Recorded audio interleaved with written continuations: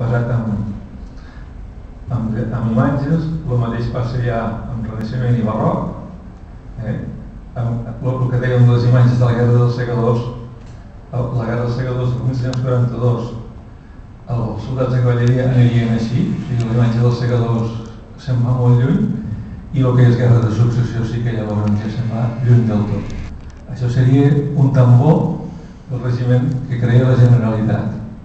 Llavors, com podeu veure, va vestit igual que pot anar qualsevol tambor del regiment francès, alemany, anglès, prussià, austríac, el que sigui, tota l'Europa occidental, o sigui, la mateixa qualitat i el mateix estil de vestir. O sigui, aquí no era un lloc apartat i diferent dels altres. La moda es movia com a la resta d'Europa, igual.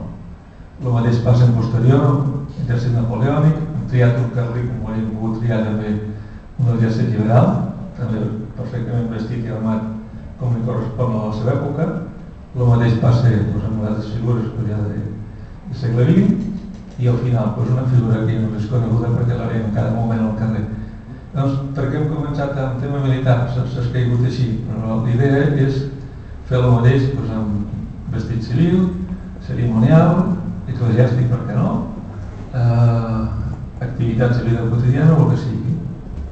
Però sempre, el que dèiem abans, aquesta imatgeria que es va començar al segle XIX, molt interessant i molt ben feta, intentar adaptar-la al segle XXI, que és el que fan en tots els països d'Europa, que és ajustar-se molt bé al registre arqueològic i a la imatgeria històrica, sobretot ben datada. Jo, una imatge que sigui només 10 anys posterior al moment del personatge que he de crear o 10 anys anterior, no la teniu. Busco l'imatge del moment, amb 2 o 3 anys de diferència. Si és lleugerament anterior, pot ser. Si és posterior, impossible, perquè mai trobarem una cosa de demà, la podem trobar de l'altre d'ahir. Aquesta és la base de la imatgeria que he estat creant aquests anys i del meu treball com a dibuixant i il·lustrador d'arqueologia i d'història. Molt bé.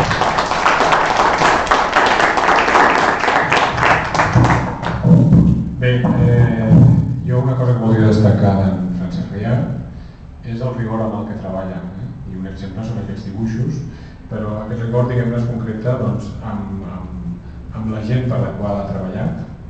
Ja ell us ha esmentat l'Eudald Carbonell, el Francesc Xavier Hernández Cardona, però també el rigor propi, perquè quan cal, ell també va als arxius i es documenta. I la feina que has fet en els arxius és també, potser no és tan ingent com aquesta, però Déu-n'hi-do. 2 hores cada dia, a veure quanta gent, diguem-ne, que està en edificis com el d'aquí davant. I als arxius 2 hores cada dia. Hi ha una cosa que convé explicar-la, i és que el Francesc Riart és capaç, o sigui, coneixent la moda de l'època, a partir d'un contracte o d'unes factures, té molta capacitat per reconstruir el vestuari per una raó familiar, de nisar. O sigui, és fill de sastre. I llavors, ell, de nano, doncs ha vist el seu pare, i a més en un poble de Lleida, en un poble de la Noguera, no? A l'Alt Urgell.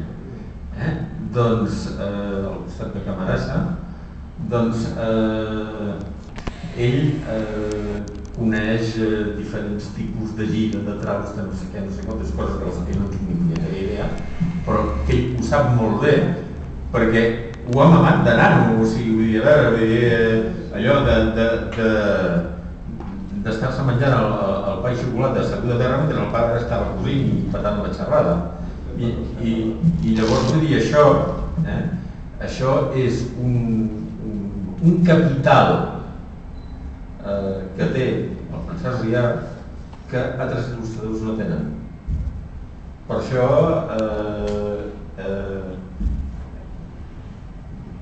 jo he assistit a un comentari que feien ell, Hernández Cardona, que en francès criticava una il·lustració d'un llibre anglès d'uniformes de l'època de la Guerra de Successió, dient que no eren correctes, i clar, no eren correctes perquè, punyeta, el dibuixant no coneixia la sastreria. I això és important, perquè quan es fa imatgeria, quan es fa documentació, doncs cal saber el que es porta entre mans.